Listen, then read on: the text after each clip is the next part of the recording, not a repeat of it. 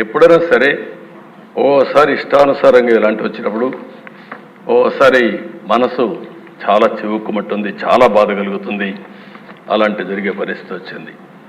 ఇంకో పక్క దిశ అలాంటి అరాచక పాలన మీరు చూస్తే బాధితుల్నే నిందితులు చేశారు. తప్పు చేయలేదు వీళ్ళు, కానీ వీళ్ళే వాళ్ళని కొడతారు, తప్పుడు కేసు పెడతారు. అలాంటివి కూడా చేసే పరిస్థితి వచ్చారు.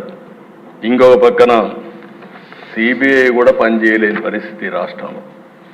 నేను అడుగుతున్నాను అధ్యక్ష, ఇప్పుడైనా సరే ఢిల్లీకి పోయారు.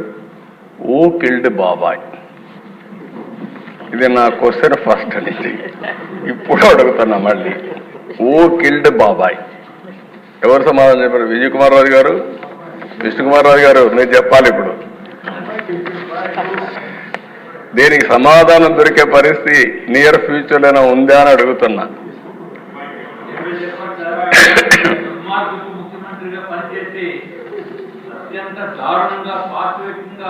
చేసిన పనికి ప్రపంచ దేశాల్లో నియంతృత్వ పరిపాలన చేసే వాళ్ళు కూడా సిగ్గుపడే పరిస్థితి వచ్చింది. అటువంటిది ప్రజలందరినీ కూడా మెచ్చుకోవాల్సిన అవసరం ఉంది.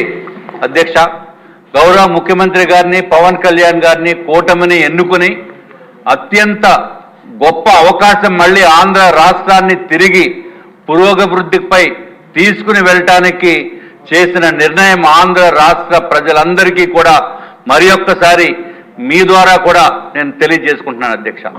అట్లాగే ఎంతో అద్భుతమైన పరిపాలన దక్షణ కలిగిన మీరు, అట్లాగే పవన్ కళ్యాణ్ గారు నిస్వార్థంతో రాజకీయాల్లోకి వచ్చి ఆంధ్ర రాష్ట్రాన్ని కాపాడాలనే ఉద్దేశంతో ముందుకు వచ్చినప్పుడు కేంద్రంలో ఉన్న భారతీయ జనతా పార్టీ పెద్దలు కూడా సానుకూలంగా స్పందించి మళ్ళీ మన ఆంధ్ర రాష్ట్రాన్ని పురోగభివృద్ధిపై తీసుకుని వెళ్ళి మంచి రోజులు తెలుగు జాతికి తీసుకుని వస్తాయని ఏమాత్రం సందేహం లేదు. గౌరవనీయులైన చంద్రబాబు నాయుడు గారు నాయకత్వంలో రాష్ట్ర ప్రజలకి, ప్రపంచంలో ఉన్న ప్రతి తెలుగు వారికి పూర్తి విశ్వాసం ఉంది అధ్యక్ష. అట్లాగే ఇంకొక విషయం కూడా గౌరవ ముఖ్యమంత్రి గారి ద్వారా ప్రజలకి కూడా చెప్పవలసిన అవసరం ఉంది. దుర్మార్గపు ప్రభుత్వం వైఎస్ఆర్సీపీ ప్రభుత్వానికి కూడా 40% మంది ఓట్లు వేశారంటే వాళ్ళు అన్నం తినిపోసారా, లేకపోతే మనసుతోటి ఆలోచించి ఓటు వేశారా, ఏ విధంగా ఓటు వేశారా అనేది మాకైతే అర్థం కావటం లేదు అధ్యక్ష. ఇది కూడా ఓటు హక్కు వినియోగించుకోవటం ప్రతి ఒక్కరి హక్కు. కానీ ఓటు ఒక మంచికి ఓటు వేయాలి, ఒక చెడుని దూరంగా పెట్టాలని చెప్పి 5 సంవత్సరాల పరిపాలన చూసిన తర్వాత కూడా వాళ్ళు ఈ విధంగా చేయటం అనేది ఒక్కసారి ఆలోచించవలసిన అవసరం ఉంది అధ్యక్ష. అది కూడా మీ ద్వారా గౌరవ ముఖ్యమంత్రి గారి ద్వారా రాష్ట్ర ప్రజలకి తెలియచేయవలసిన అవసరం ఉంది అధ్యక్ష. ముఖ్యమంత్రి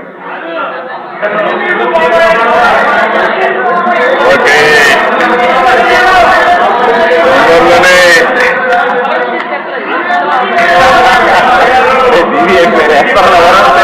అధ్యక్ష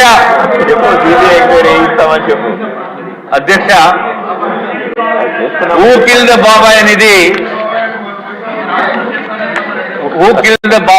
అధ్యక్ష, ఇది అందరికీ తెలుసు. ఎవరు వెనకాల ఉండి చేయించారో అందరికీ తెలుసు.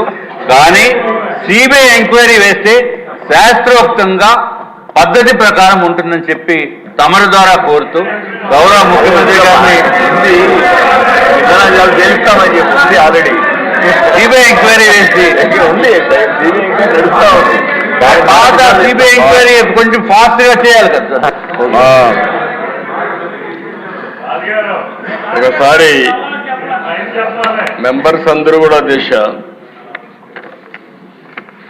మేము ఎలక్షన్లో క్వశ్చన్ చేసిందే ఓ కిల్డ్ బాబాయ్ అని. ఇంకా జవాబు రాలేదు, తొందరలో జవాబు కూడా వస్తుంది, దాంట్లో సందేహం లేదు అధ్యక్ష. ఇది ఒక కేస్ స్టడీ. నేను 40 ఏళ్ళు రాజకీయాల్లో ఉన్నా, 14 ఏళ్ళు సీఎంగా ఉన్నా. నేను చాలామంది ముఖ్యమంత్రులను చూసా. ఇప్పుడే విష్ణుకుమార్ రాజు చెప్పినట్టు ఒక వ్యక్తి ఏ విధంగా చేస్తాడో వివేకానంద రెడ్డి మర్డర్ ఒక ఎగ్జాంపుల్. ఎన్ని ట్విస్టులు తిరిగాయో రెండో ఎగ్జాంపుల్. కడాన ఎవడైతే అక్కడ సిఐ సీన్లో ఉన్నాడో మర్డర్ జరిగిన తర్వాత ఫస్ట్ వెళ్ళాడు. ఈ క్లీన్ చేసే ఆపరేషన్స్ అన్ని చూసిన తర్వాత అతను సిబిఐకి ఇన్ఫర్మేషన్ ఇవ్వడానికి సిద్ధపడితే ప్రభుత్వ దుర్వినియోగంతో అతనికి ప్రమోషన్ ఇచ్చి సిఐ నుంచి డిఎస్పీ తిరిగి సిబిఐ పైనే ఆరోపణలు చేసే పరిస్థితికి వచ్చారు. అధ్యక్ష, ఇన్వెస్టిగేషన్ ఆఫీసర్ పైన కేసు పెడితే సిబిఐ, ఆ ఇన్వెస్టిగేషన్ ఆఫీసర్ హైకోర్టు పోయి బెయిల్ తీసుకునే పరిస్థితికి వచ్చాడు. ఇది రాష్ట్ర చరిత్రలో ఎప్పుడు చూడలే. ఇవన్నీ దేశ చరిత్ర ప్రపంచంలో కూడా జరిగి ఉండవు. ఈ దేశంలో కాదు, వేరే ప్రపంచంలో ఎక్కడా జరగవు.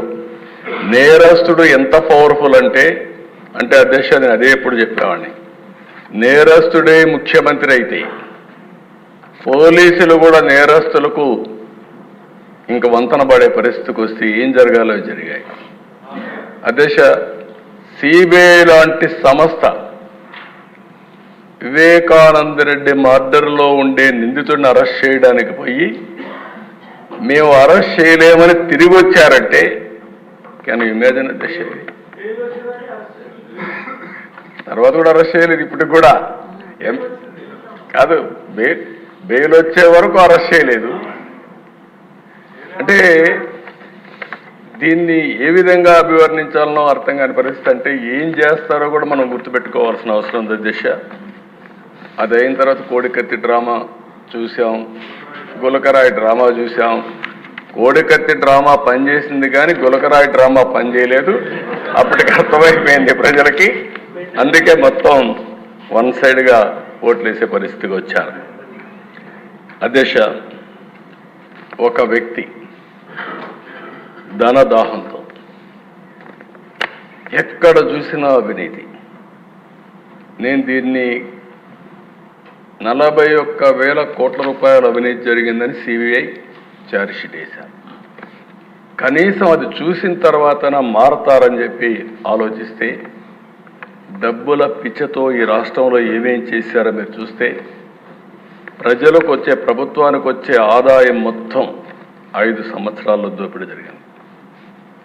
ఇసుక, మద్యం, మైనింగ్, భూములు, సెటిల్మెంట్లు, లక్షల కోట్ల రూపాయలు